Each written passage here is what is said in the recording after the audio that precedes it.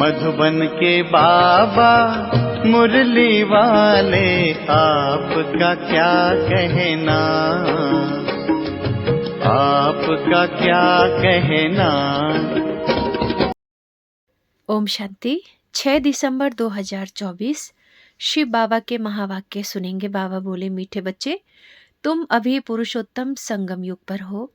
तुम्हें यहाँ रहते नई दुनिया को याद करना है और आत्मा को पावन बनाना है। प्रश्न है, बाप ने तुम्हें ऐसी कौन सी समझ दी है जिससे बुद्धि का ताला खुल गया?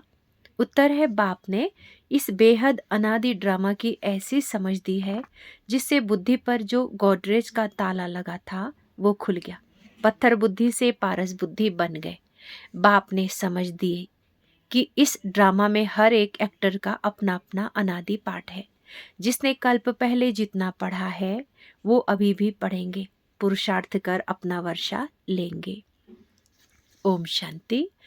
रूहानी बच्चों प्रति रूहानी बाप बैठ सिखलाते हैं। जब से बाप बना है तब से ही टीचर भी है, तब से ही फिर सदगुरु के रूप में शिक्षा दे रहे हैं। ये तो बच्चे समझते ही हैं, जबकि वह बाप टीचर गुरु है तो छोटा बच्चा तो नहीं है ना। ऊंच ते ऊंच, बड़े ते बड़ा है। बाबा जानते हैं ये सब मेरे बच्चे हैं। ड्रामा प्लान अनुसार पुकारा भी है कि आकर के हमको पावन दुनिया में ले चलो, परंतु समझते कुछ नहीं है। अभी तुम समझते हो पावन दुनिया सतयुग को, पतित दुनिया कलयुग को कहा जाता है। कहते भी है आकर के हमको रावण की जेल से लिबरेट कर, दुखों से छुड़ाकर अपने शांतिधाम सुखधाम में ले चलो। नाम दोनों अच्छे हैं, मुक्ति जीवन मुक्ति व शांतिधाम सुखधाम। सिवाय तुम बच्चों के और कोई की बुद्धि में नहीं है कि शांतिधाम कहाँ है, सुखधाम कहाँ होता है। बिल्कुल ही बेसमझ है। तुम्हारी एम ऑब्जेक्ट ही समझदार बनने की है। बेसमझों के लिए एम ऑब्जेक्ट होती है कि ऐसा समझदार बनना है, सभी को सिखलाना है। यह है एम ऑब्जेक्ट, मनुष्य से देवता बनना। यह है ही मनुष्य की सृष्टि, वो है देवताओं की सृष्टि। सतयुग में है देवताओं की सृष्टि, तो जरूर मनुष्यों की सृष्टि कलयुग में होगी। अब मनुष्य से देवता बनना है तो जरूर पुरुषोत्तम संगम युग भी होगा। वह है देवताएं, यह है मनुष्य। देवताएं हैं समझदार, बाबा ने ही ऐसा समझदार बनाया है। बाप जो विश्व का मालिक है, भल मालिक बनता नहीं है, परंतु गायन तो गाया तो जाता है ना। बेहद का बाप, बेहद का सुख देने वाला। बेहद का सुख होता ही है नई दुनिया में और बेहद का दुख होता है पुरानी दुनिया में। देवताओं के चित्र भी तुम्हारे सामने हैं, उन्हों का गायन भी है। आजकल तो पांच भूतों को भी पूजते रहते हैं। अभी बाबा तुमको समझाते हैं, तुम हो पुरुषोत्तम संगम युग पर। तुम्हारे में भी नंबरवार पुरुषार्थ अनुसार जानते हैं। तुम्हारी एक टांग स्वर्ग में, एक टांग नरक में है। रहते हो यहाँ, परंतु बुद्धि नई दुनिया में है और जो नई दुनिया में ले जाते हैं उनको याद करना है। बाप की याद से ही तुम पवित्र बनते हो। ये शिव बाबा बैठ समझाते हैं। शिव जयंती मनाते तो जरूर है, परंतु शिव बाबा कब आया, क्या आकर किया, ये कुछ भी पता नहीं है। शिवरात्रि मनाते हैं और श्री कृष्ण की जयंती मनाते हैं। वही अक्षर जो श्री कृष्ण के लिए कहते वह शिव बाबा के लिए तो नहीं कहेंगे, इसलिए उनकी फिर शिवरात्रि कहते हैं। अर्थ कुछ नहीं समझते। तुम बच्चों को तो अर्थ समझाया जाता है। अथाह दुख है कलयुग के अंत में, फिर अथाह सुख होते हैं सतयुग में। ये तुम बच्चों को अभी ज्ञान मिला है। तुम आदि मध्य अंत को जानते हो। जिन्होंने कल्प पहले पढ़ा है वही अब पढ़ेंगे। जिसने जो पुरुषार्थ किया होगा वही करने लगेंगे और ऐसे ही पद भी पाएंगे। तुम्हारी बुद्धि में पूरा चक्र है। तुम ही ऊंचते ऊंच पद पाते हो, फिर तुम उतरते भी ऐसे हो। बाबा ने समझाया है, ये जो भी मनुष्य की आत्मा है, माला है ना, सब नंबरवार आती है। हर एक एक्टर को अपना अपना पार्ट मिला हुआ है। किस समय किसको क्या पार्ट बजाना है, ये अनादि बना बनाया ड्रामा है जो बाबा बैठ समझाते हैं। अब जो तुमको बाप समझाते हैं वो अपने भाइयों को समझाना है। तुम्हारी बुद्धि में है कि हर 5000 वर्ष बाद बाबा आकर हमको समझाते हैं, हम फिर भाइयों को समझाते हैं। भाई भाई आत्मा के संबंध में है। बाबा कहते हैं इस समय तुम अपने को अशरीरी आत्मा समझो। आत्मा को ही अपने बाप को याद करना है पावन बनने के लिए। आत्मा पवित्र बनती है तो फिर शरीर भी पवित्र मिलता है। आत्मा अपवित्र तो जेवर भी अपवित्र नंबरवार तो होते ही हैं। फीचर्स एक्टिविटी एक न मिले दूसरे से, नंबरवार सब अपना अपना पार्ट बजाते हैं, फर्क नहीं पड़ सकता। नाटक में वही सीन देखेंगे जो कल देखी होगी, वही रिपीट होगी ना। ये फिर बेहद का और कल का ड्रामा है। कल तुमको समझाया था, तुमने राजाई ली, फिर राजाई गवाई। आज फिर समझ रहे हो राजाई पाने के लिए। आज भारत पुराना नर्क है, कल नया स्वर्ग होगा। तुम्हारी बुद्धि में है। अभी हम नई दुनिया में जा रहे हैं, श्रीमत पर श्रेष्ठ बन रहे हैं। श्रेष्ठ जरूर श्रेष्ठ सृष्टि पर रहेंगे। ये लक्ष्मी नारायण श्रेष्ठ है तो श्रेष्ठ स्वर्ग में रहते हैं, जो भ्रष्ट है वो नर्क में रहते हैं। ये राज तुम अभी समझते हो। इस बेहद के ड्रामा को जब कोई अच्छी रीति समझे तब बुद्धि में बैठे। शिवरात्रि भी मनाते परंतु जानते कुछ भी नहीं। तो अब तुम बच्चों को रिफ्रेश करना होता है, तुम फिर औरों को भी रिफ्रेश करते हो। अभी तुमको ज्ञान मिल रहा है, फिर सदगति को पालेंगे। बाबा कहते हैं मैं स्वर्ग में नहीं आता हूँ, मेरा पाठ ही है पतित दुनिया को बदल पावन दुनिया बनाना। वहाँ तो तुम्हारे पास कारून का खजाना होता है, यहाँ तो कंगाल है। इसलिए बाप को बुलाते हैं, आकर बेहद का वर्षा दो। कल्प कल्प बेहद का वर्षा मिलता है, फिर कंगाल भी हो जाते हैं। चित्रों पर समझाओ तब समझ सके। पहले नंबर में लक्ष्मी नारायण, फिर 84 जन्म लेते मनुष्य बन गए। ये ज्ञान अभी तुम बच्चों को मिला है। तुम जानते हो आज से 5000 वर्ष पहले आदि सनातन देवी देवता धर्म था, जिसको बैकुंठ पैराडाइज डिटी वर्ल्ड भी कहते हैं। अभी तो नहीं कहेंगे, अभी तो डेविल वर्ल्ड है। डेविल वर्ल्ड की इंड, डिटी वर्ल्ड की आदि का अब है संगम। ये बातें अभी तुम समझते हो और कोई के मुख से सुन न सको। बाबा ही आकर इनका मुख लेते हैं। मुख किसका लेंगे समझते नहीं। बाप की सवारी किस पर होगी? जैसे तुम्हारी आत्मा की इस रथ पर सवारी है ना, शिव बाबा को अपना सवारी तो है नहीं, तो उनको मुख जरूर चाहिए, नहीं तो राजयोग कैसे सिखाएं? प्रेरणा से तो नहीं सीखेंगे। तो ये सब बातें दिल में नोट करनी है। परमात्मा की भी बुद्धि में सारी नॉलेज है ना, तुम्हारी भी बुद्धि में ये बैठना चाहिए। ये नॉलेज बुद्धि से धारण करनी है।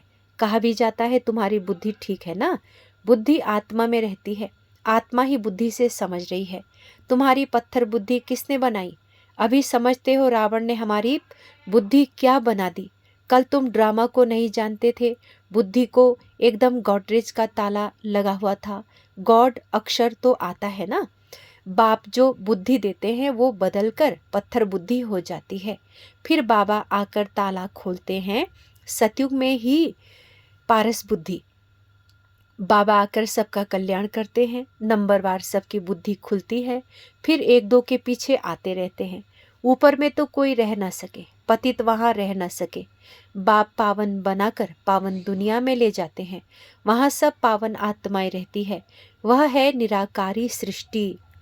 तुम बच्चों को अभी सब मालूम पड़ा है, इसीलिए अपना घर भी जैसे बहुत नज़दीक दिखाई पड़ता है। तुम्हारा घर से बहुत प्यार है, तुम्हारे जैसा प्यार तो कोई का है नहीं। तुम्हारे में भी नंबरवार है, जिनका बाप के साथ लव है उनका घर के साथ भी लव है। मुरब्बी बच्चे होते हैं ना, तुम समझते हो यहाँ जो अच्छी रीति पुरुषार्थ कर मुरब्बी बच्चा बनेंगे वही ऊंच पद पाएंगे। छोटे अथवा बड़े शरीर के ऊपर नहीं है, ज्ञान और योग में जो मस्त हैं वो बड़े। कई छोटे छोटे बच्चे भी ज्ञान योग में तीखे हैं तो बड़ों को पढ़ाते हैं, नहीं तो कायदा है बड़े छोटों को पढ़ाते हैं। आजकल तो मिड गेट भी हो जाते हैं।